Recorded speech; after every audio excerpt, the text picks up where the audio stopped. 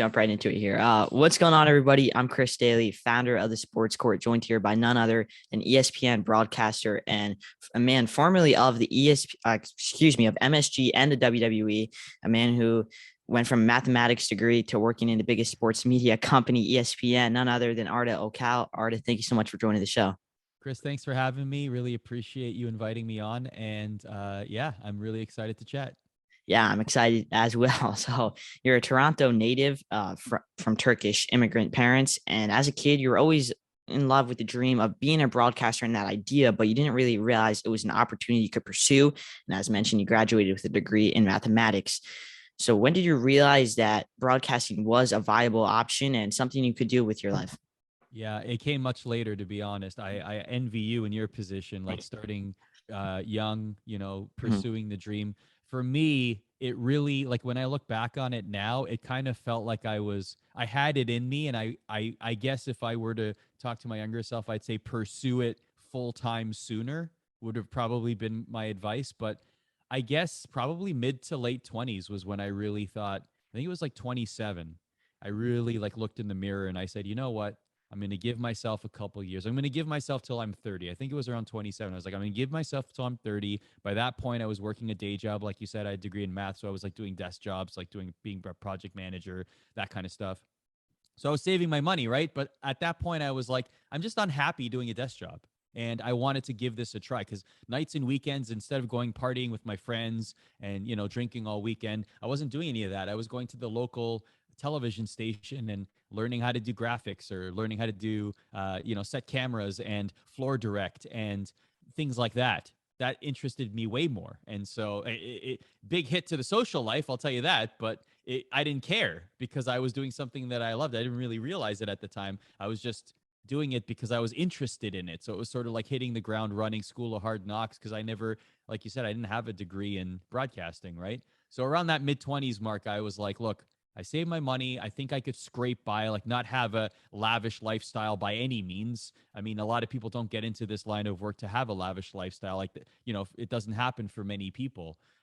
So you do it out of the love and the passion of broadcasting and media and journalism for in large part, right? So at that point, I had been good with my money. I hadn't been spending on ridiculous things. So I said, I'll get by for the next couple years, and by the age of 30, if I'm not anywhere near a full-time job in broadcasting, then you know what? I have the degree. I'll just go back to the desk job, but I want to give it an honest effort. So I just put 100% of my effort, 100% of my time into it.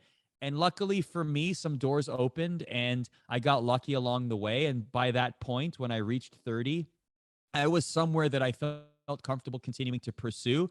And, a decade or so later, I'm still trying to pursue it. So I guess it worked out in the end somehow. Yeah, it's awesome. I saw a quote, I think a couple days ago, and said, anybody who's ever given 100% effort has never regretted it. So I definitely see that there with you. And after working that 9 to 5 job, you could call it, like you mentioned, you landed a gig at the Score, which had rights into Canada to the WWE. And you started a show alongside Renee Young, who had a great WWE career herself. She's married to Dean Ambrose. Extremely talented, by the way. She is extremely talented. Like she's one of the most talented people I ever worked with. She's It's awesome. incredible and hilarious too.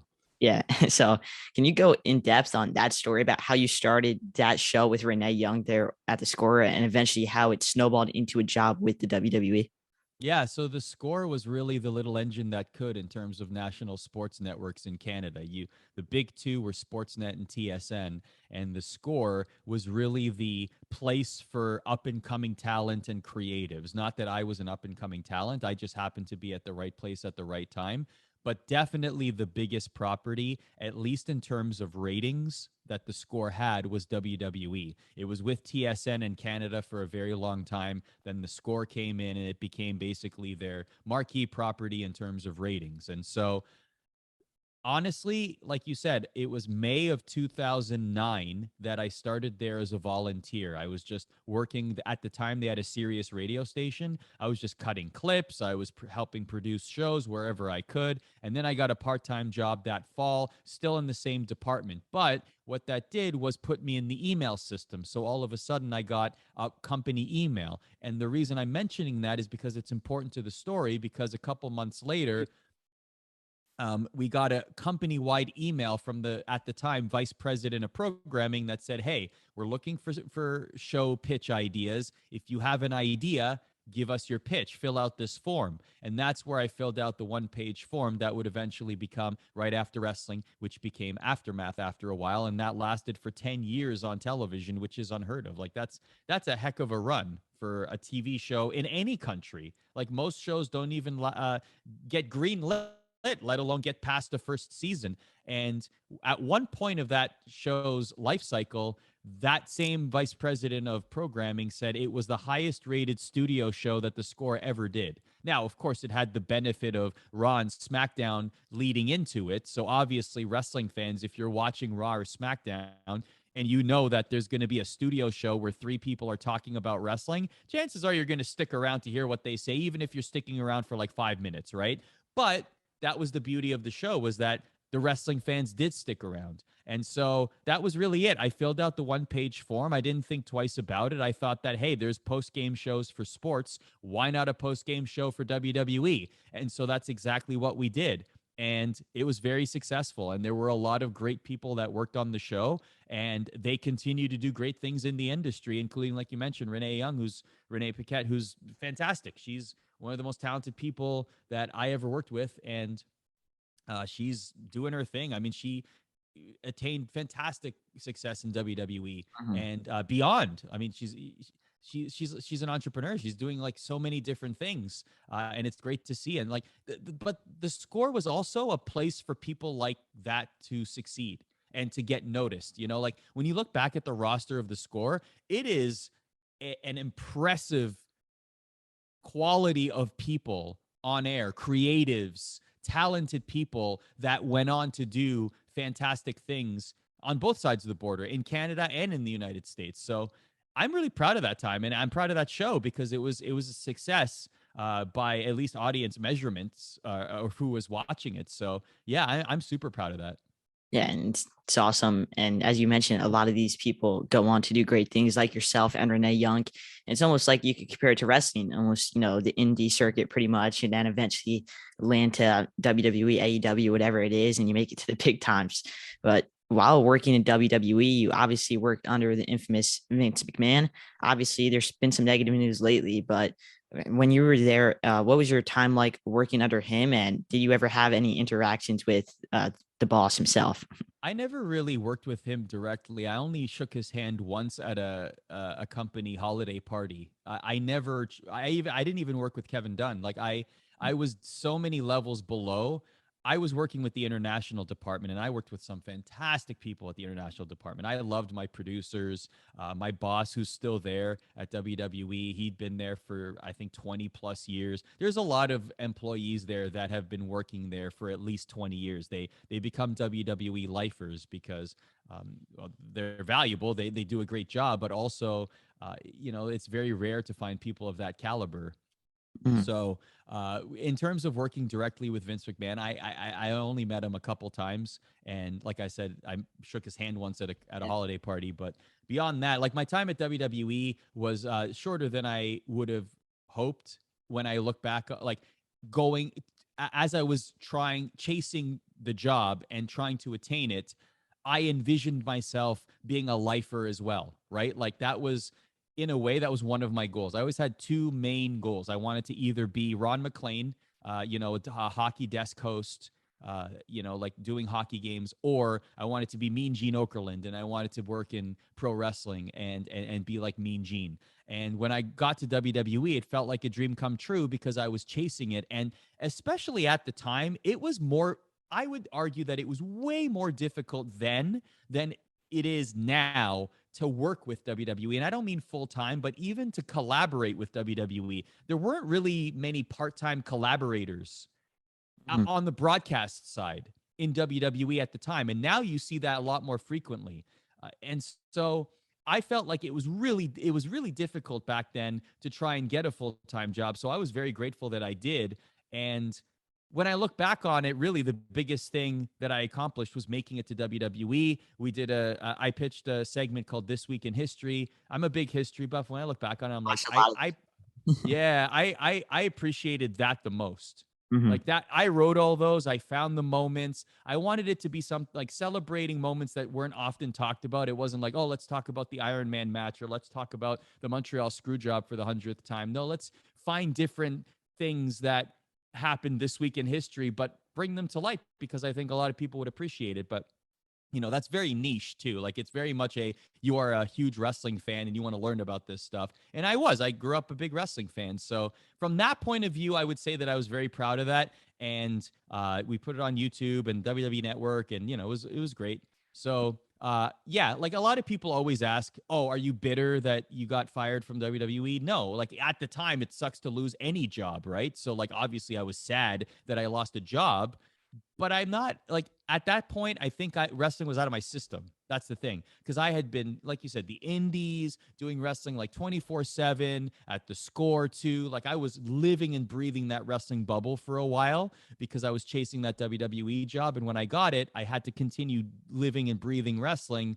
And I just got burnt out. I was just like, I'm not enjoying wrestling the way that I used to. And so when I got let go, it was kind of a blessing in disguise because I was like, I can exhale now and I don't have to watch every single second of a 3-hour Raw or however long it was back then, and a Raw and a SmackDown and a pay-per-view. It was almost like a full-time job keeping up with every single piece of WWE programming. And so it didn't feel fun to do anymore at the time, just by the sheer volume of it all.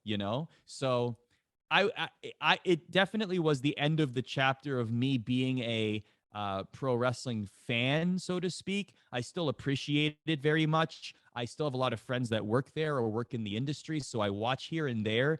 But I definitely don't sit down and watch a full show. I don't know the storylines. I don't know the new performers.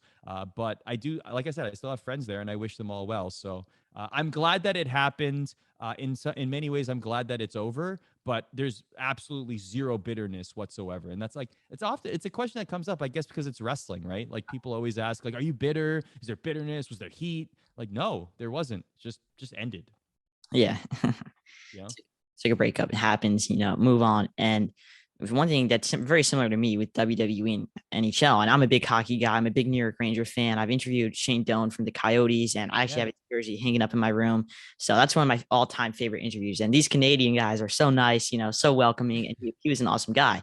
But the fans in both industries are very, you could say it's a niche, and they're very loyal, and they definitely invest into it. And it's not like they're trying to be bigger than they are. WWE's only trying to go really for wrestling fans. NHL is not trying to branch out and beat the NFL and the NBA, because that's unreasonable, but they definitely have a strong fan base with these hockey fans, and they do very successful in their own rights right there. And that's why I just think the fan bases are very similar with those two. And I never realized it until just sitting down with you and just thinking about it. But I would definitely, You know what I liken it to? It's more so that particularly hockey fans in America. I don't think it's the case in Canada because hockey is by far the most cared about sport in Canada, for sure. It is very much like on par with the NFL in Canada. Like the NFL in America, the NHL or hockey in Canada is a very fair comparison. And so, in terms of interest and perception of where you would rank the sports, you'd put hockey at number one in Canada. But in America, there even among many, like MMA has this as well in many ways. MLS, like any fan of a sport that isn't considered to be the top three or something to that effect, right? Like if it's not the NFL, college football, the NBA, even in many cases or many years past anyway, Major League Baseball, there's this feeling of we love our sport, we're passionate about our sport, love our sport also, and we have to push our sport. Please love our sport because not as many people love it or watch it or care about it as other sports, right? Like, so there's that feeling of us against the world in many cases.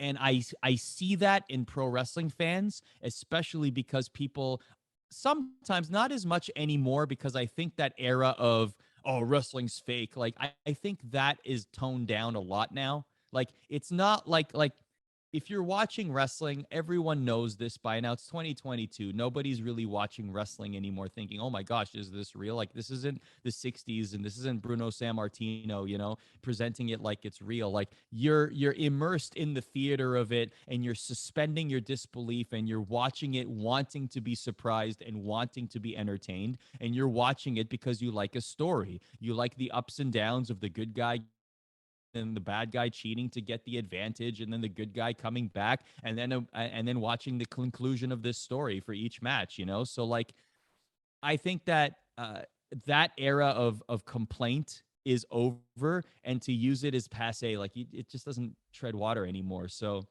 Mhm. with hockey, it's similar though in America too, because the NHL is definitely taking leaps and bounds. Women's hockey is definitely taking leaps and bounds, certainly in the last several years, and certainly in the last year for the NHL with the new rights with ESPN and Turner. So I feel like the increased visibility is definitely happening. But like you said, the NFL and the NBA are juggernauts. And so sometimes hockey fans feel like, hey, we're here too. We have to raise our hand and we have an awesome sport and we love it. Please also love it. But the sheer volume isn't there, but that doesn't mean that the sport isn't awesome. And I love both. So I work in hockey, and it's to me, if you ask my opinion, it's the most exciting sport out there. So, I mean, but that's just one person's opinion, right? So Maybe two. I'd probably say I'm a big hockey and soccer fan, so a big fan of the two. And exactly. I watch them both. But to bounce into what you said, the NHL just had the new deal now with ESPN. And after working at MSG following your time with WWE, you got a job at ESPN. First, you kind of started doing some side work there with some esports, and it eventually led into this NHL gig. So, how has it been working for the most well-known sports media company in the world? And can you go into detail what you do within the crease and calling these NHL games for ESPN Plus and ESPN Network? Yeah, for sure. I mean, my first gig with ESPN was 2016, and it was doing esports. I did esports for a while. And that's another area. Like esports is very much like hockey fans and pro wrestling fans, where they also feel like they're the new kid on the block in a way. Like esports is new relative to many other sports, right? So they feel like there's a very passionate fan base, but it's not. It's a different situation where esports is not fully widely recognized, understood by the general mainstream just yet. It's starting to get there. People are starting to understand, but it's not fully adopted and understood to the level as the other sports. Like the curve is still on the upward trajectory, as opposed to other sports in terms of recognition and understanding. So, but esports, once that went away, I just basically raised my hand in many different places, and I started doing sports centers, which is unbelievable because sports center is an institution. It's one of the most recognizable TV shows in the world, let alone in the United States. So that was a thrill to do. I've probably done about 100 now. And when the NHL came back to ESPN, I raised my hand. I said, hey, I have a lot of hockey experience in my background. I would love to be a studio host. Going back to that dream of being Ron McLean one day, growing up and idolizing him in that position. And so I was thrilled that I was selected to be one of the studio hosts, and I will continue to do so this season. And I'm just it's a dream come true. Like to be able to have two major dreams in your life career wise, and to be able to fulfill both of them is incredible. I'm very lucky in that sense. And right place, right time, being at ESPN and having the rights return when they did, and me being there in the building when that happens, timing is everything. And I'm an example of that. And, I'm looking forward to season 2, seeing where things go and what it looks like. And year 1 was a roller coaster ride. It was incredible for me personally. Got to do a lot of great things. I got to host playoff games. I did a bunch of In the Crease episodes, like you mentioned. We launched a digital show called The Drop, which was very successful on ESPN Twitter and other digital platforms. And there's plenty of other ideas that we're working on leading up to this season, which I'm super stoked about. That's awesome. And hopefully my Rangers can go a bit deeper into that Stanley Cup Finals appearance. I'm hoping for it. I don't know, 2014, whatever it was against the Kings. I'm still bitter Yeah. on that series, but Jonathan Quick had to beat us there. You know what the best thing about the Rangers is? It's like the Rangers have never had a break of amazing generational goaltenders. It was like Yeah. Mike Richter to Henrik Lundqvist to Igor Shesterkin. It's like never, it's like a nonstop flow of like, we're just gonna have the best goalie in the league. Yeah. You know what I mean? Like we're gonna have a top 3 guy at all times, and it's just gonna be the case. And it's just like, how long has it been? Like 25, 30 Yeah, years Lundqvist was from like plus, you know? 2000s on. Lundqvist my whole childhood pretty much, and now it's Shesterkin. Oh, It's just awesome. unbelievable. Yeah, it's really great. And of course, we have Panarin now. All these superstars, Yeah. just kind of piecing it together to build that team to surpass the Lightning, to surpass the Avs. I don't know if it's going to happen, but knock on wood, it does. I was the biggest proponent. I pushed hard for Igor Shesterkin to, if I had a vote, I would have voted him to win the Hart Trophy last year. Now, don't get me wrong, Austin Matthews was, I would say he was the MVP, but by definition of the Hart Trophy, it was definitely Igor. He was most valuable to his team. There's no debate. He won us so many games, so like game after game, it was just so good, so yeah. good.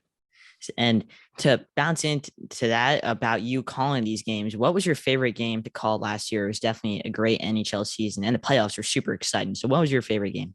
Yeah, doing a playoff game in studio, hosting the intermissions was a thrill because it was on ESPN, and the ratings, a lot of people eyeballs watching, and it was just an absolute thrill to be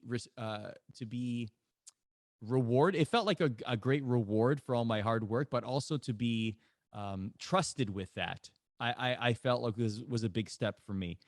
And I would say I was in the studio during intermissions for the Zegras goal.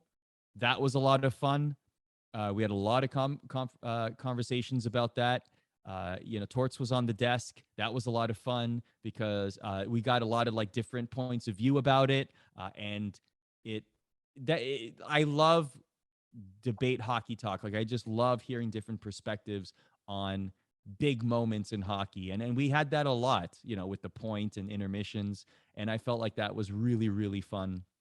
And just to be a fly on the wall, a moderator for these big conversations and these big moments are great. And I work with a lot of talented analysts. Like it's never a dull moment with the crew that we have. And it definitely is, a gift and a thrill. And I'm very humbled that I'm able to be a contributor to the NHL and ESPN because we have a lot of talented people that work there. Definitely. And I remember just a couple years ago, even I'd watch SportsCenter every morning, and it was about 2 minutes with maybe Barry Melrose, and they would go into the NHL. And now, because of this new broadcasting, rights deal, it's so amazing everything that ESPN's been doing. Because I have ESPN Plus, so it's perfect for me. So I can just flip it on, catch up on everything. And I'm trying to get into hockey more besides the Rangers. I know a lot with the Rangers. Everything else, trying to get into it because I'm trying to really just know about every single sport and just want to. It's very hard because there wasn't as much media and resources out there, and now there is with ESPN, which is amazing. And just to wrap up here, you've had such an amazing career going from that mathematics degree, as mentioned, to being 27, saying, let me give it a shot, to where you are now. What's your biggest advice to broadcasters trying to reach the level of ESPN? Keep trying. If it's your passion, if you love it, then it'll never feel like work. So always try. Always ask the question when you are presented with an opportunity, when you wake up in the morning and you think about how to attack the day, what to do to improve your position. Always ask yourself, is this in service to my dream? That's what I did. So every decision I made, okay, going to talk to this person, informational interview here, talk to this person at ESPN, or go to this game, etc. Whatever it is this in service to my dream? How is this helping me get even one half an inch closer to attaining this dream? And repetition, reps, you'll always hear that word. It sounds cliche coming from someone like myself, but it really is true. It's just the practice. Whether you're doing it in front of 0 viewers, in front of a mirror, or just recording yourself and putting it on YouTube, or if you're at a local TV station and you're just doing it for the community, or if you have an audience and you're just doing it, repetition, repetition, repetition, because you'll know what works. You'll learn how to hit cues, times, etc., how to put together a show, how to fill a segment, what to talk about, what's important, what's not, self-editing. All of these things are going to come with time. And so that's why repetition is important. You will always learn. Here's the thing. When people give you advice, there's two ways to look at it. You'll either learn what to do or you'll either learn what not to do. So I always listen to everything that anyone tells me because it'll be valuable in some way or another. So I always ask for people who've done it, especially if they've been in their jobs for a very long time. I always tell people, no matter what career it is, on air, whatever, I say, go find the people whose job you want to do and talk their ear off. Ask them questions about themselves. What do they do on a day-to-day basis? How do they get there? What have they found to be successful? What would they like to have back? What would they like to improve on? What is the state of the industry?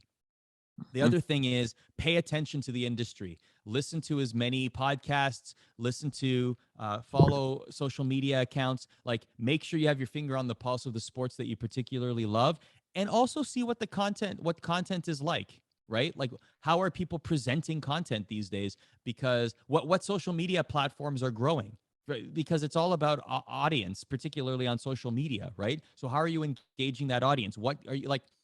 For example, the era of just copy and pasting your content across like all social media platforms, that's over. That's long over, right? Like, how do you change your content? How do you adjust and make it better for each platform? Because each platform has a different voice, right? Talking on Instagram is definitely different than talking on TikTok, right? Like, we know this. Like, there's a different vibe to it. So how do you do that as a sports broadcaster, and how can you mold that so that you're talking the right language, but also cultivating an audience independently and not just posting your clips? And I've made that mistake. Trust me, I did that out of laziness at times, and it didn't work. Shocker, right? Like, I have to take my own advice in many respects and refresh content in that way. But be pleasantly persistent. Don't be a pest, but also make sure that you are remembered. Find ways to stand out, and that's the other thing. I'll leave this question with this. Always think about if there are many different people that are applying for the same jobs as you, or if there are many different people that are gunning for have the same dream as you. Answer the question in your mind: how do I stand out from these people? What is it about me that makes me unique, that makes people want to listen to me, to watch me? What will make them perk up and stop for a second? Because that's how this is, at the end of the day, this is very much an attention-based industry. Attention as currency is very, very valuable, right? So how do you garner that attention when there's so many people that are vying for that same attention, right? So always keep that in mind as well. How do I stand out? How do I differentiate myself? I can't answer that for people. That comes within you. And that is a journey that a lot of people go on for a very long time. I'm still on that journey, right? So, but if you get the answer to that question, and if you find a value proposition that people are like, I like this person, I'm going to give my attention to them, that is very, very valuable in this industry. Yeah, definitely. I really appreciate that advice, especially for me, I because also would have said invest in good audio, but you have a good microphone. So you're already like well ahead of a lot of different content creators. great Christmas present, I can say. Yeah, no, it's really, what is that? A Shure? It's a What do Zoom, you got there? it's called a Zoom microphone. Yeah, it's good. Yeah, You got good audio. That's it, another thing. Get good equipment if you're going to create on the regular. Lighting super important. Audio super important. and I'm Super important. definitely work because this is one of my first interviews I did with this. Had trial and That's error. good. So hopefully it works out. Knock on wood, everything works out with this. And I really appreciate that advice. So especially for me, I'm trying to become a broadcaster, and I've done over 180 interviews. And obviously, you've had not good ones, had good ones, and you just got to So let keep. me ask you.